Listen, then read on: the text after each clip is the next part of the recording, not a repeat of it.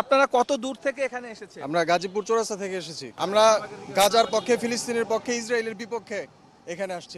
আমরা এসেছি কুমিল্লা থেকে। ফিলিস্তিনিদের পক্ষে আমাদের হৃদয়ে রক্তকরণ হচ্ছে। রাসূল সাল্লাল্লাহু আলাইহি হাদিসের মধ্যে বলছেন, প্রত্যেক মুমিন মুসলমান একটা দেহের ন্যায়।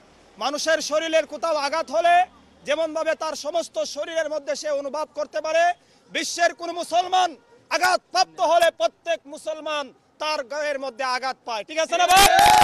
আমরা এসেছি বাংলাদেশের মানুষ। আমরা চাই ফিলিস্তিনের উপর যে নির্যাতন, নির্মম, নিষ্ঠুর ভাবে তারা হত্যাযজ্ঞ চালিয়েছে, মুসলমানের প্রথম কিবলা বাইতুল মুকদ্দিস, যেটার মধ্যে সমস্ত পয়গম্বরগণ সালাত আদায় করেছেন, সেটাকে ধ্বংস করার জন্য এই সমস্ত ইসরায়েলি লাল কুত্তারা যেইভাবে তারা তাদের হত্যাযজ্ঞ চালিয়েছে, বাংলাদেশের মানুষ আমরা এটার বিরুদ্ধে এসেছি।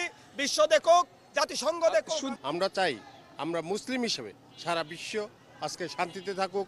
আজকে যেভাবে আমাদের ভাইদেরকে, আমাদের বোনদেরকে, শিশু বাচ্চাদেরকে নির্যাতন করছে, মারতেছে, আমাদের বুকের ভিতর আঘাত পাচ্ছি।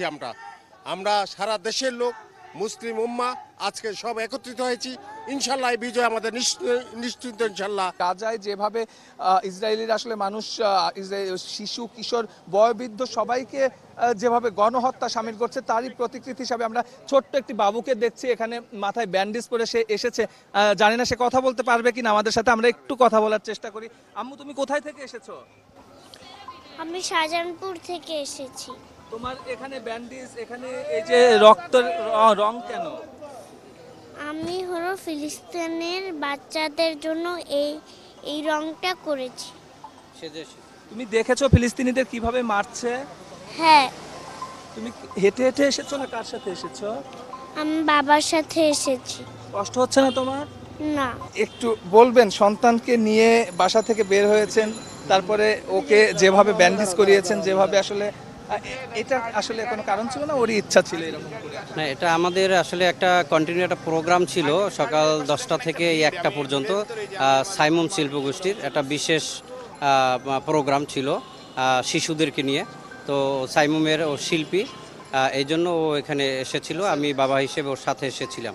তো তারা মূলত এটাই দেখাতে চেয়েছে যে ফিলিস্তিনের উপরে যে বর্বরোচিত হামলা হচ্ছে মুসলমানদের উপরে, এটার প্রতিবাদ হিসাবে, এটার প্রতি যে ইসরায়েল যেটা করতেছে এটার প্রতি ঘৃণা দেখানোর জন্য এভাবে সেজে এসেছে।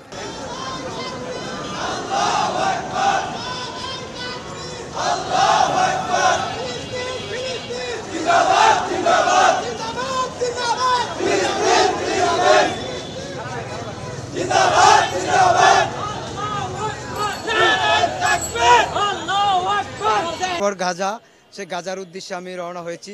আপনারা জানেন যে ইসরায়েল যেভাবে নির্মমভাবে আমাদের ফিলিস্তিনি ভাইদেরকে হত্যা করছে, আসলে এই হত্যাকাণ্ড কোনো ধর্মই সমর্থন করে না।